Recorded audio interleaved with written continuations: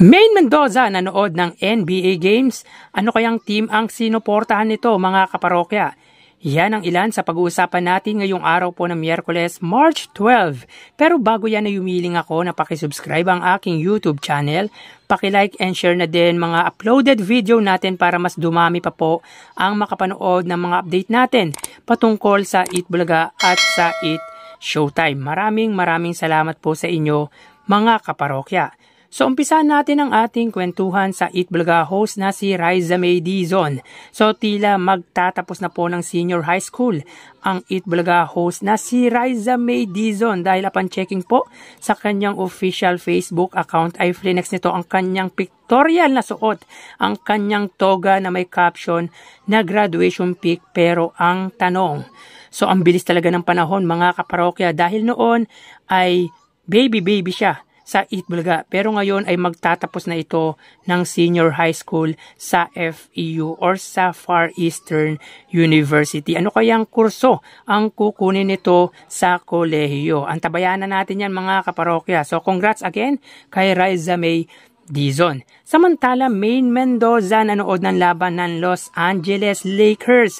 Base sa nakita natin photo ay tila nanood ng laban ng LA Lakers sa Staples Center ang comedian host kasama ang asawa nitong si Congressman Arjo Atayde. Tila big fan ang mag-asawa ni LeBron James at Luka Doncic at syempre opportunity na din ito sa kanila para makapanood ng live games ng Lakers since nasa US na din naman sila at afford din naman nilang makapanood nito. Matatandaan dumalo ang mag-asawa sa isang event sa US para sa Manila International Film Festival na ginanap po sa Beverly Hills, California. So bonding talaga ang mag-asawa, talagang grinab ng Eat Bulaga host ang opportunity para makapagbakasyon kasama ang mahal nito. Dahil magiging busy na po ito by next few days dahil sa pagsisimula po ng campaigning for local election. So tumatakbo pong congressman sa district namin, sa District 1 ng Quezon City, ang asawa nitong si Arjo Atayde. Samantala, Miles Ocampo, simple but amazing. Bakit kanyo mga kaparokya?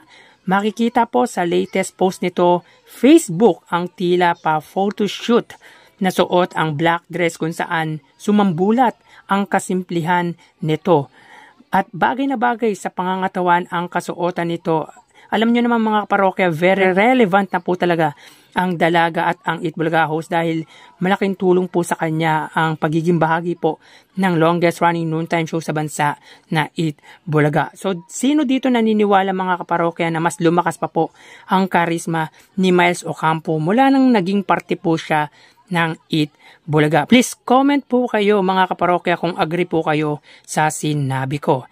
Speaking of Miles Ocampo, si Miles po ang nakasama ni Bossing Vic Soto sa hosting ng Gimme 5 kanina. So meaning wala po si Joey De Leon at Maine Mendoza or wala pa rin po si Maine Mendoza mga kaparokya sa live episode ng Eat Bulaga. So after Maine Mendoza ay next option po pala si Miles Ocampo kapag wala either sina Bossing Vic Soto, Joey De Leon at Maine Mendoza. Ano kaya ang pakiramdam ni Miles Ocampo during Gimme 5? Dahil bihira lang natin or bihira lang makita si Miles Ocampo na sumalang bilang resident host ng nasabing segment. Alam naman po natin na ang segment na Gimme 5 po ang most views na segment ng Eat Bulaga. So talagang masasabi po natin na may charm po talaga si Miles Ocampo dahil next in line po siya pagdating sa resident host ng Gimme 5. So may kanya-kanyang level po yan mga kaparokya. Hindi ka basta-basta mag-host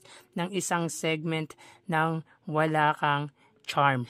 And speaking of simple but amazing, ay kabaligtaran naman po ang nangyari sa legit Dabarkads na si MJ Lastimosa dahil sa comment po ng isang netizen patungkol sa pang-iisnab daw di umano ng legit Dabarkads at dating Eat Bulaga host. Ayon sa comment or sa post ng netizen mga kaparokya, yung MJ Lastimosa nakita dito sa mall dito sa Las Vegas, nag-hi ako tapos tinignan lang ako. No response sad. Na siyang sinagot naman po mga kaparokya ni MJ Lastimosa. Sabi nito, kaloka ka ante, lumingon ako, nag-smile. I said hello, of course malayo kami ng friend ko. You did not hear. Next time, gusto mo bang beso-beso at mahabang tsikahan? Pasensyahan mo na ang mari mong jet lag. Pigang-piga na tong energy ko. Next time, tatambling talaga ako papunta sa'yo. Yun nga mga kaparokya, tila imbierna na pabirong sinagot naman po ni MJ Lastimosa ang netizen na nagsasabing isnab daw di umano siya.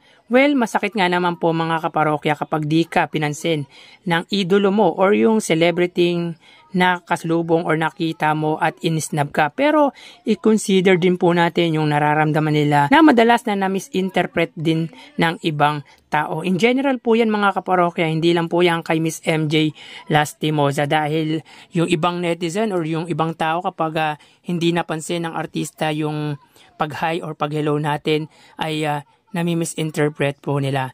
Kaya in general po yan, hindi lang po yan kay Miss MJ Lastimosa. And speaking of MJ Lastimosa, may dahilan kung bakit nag-react din siya sa comment or sa post ng netizen.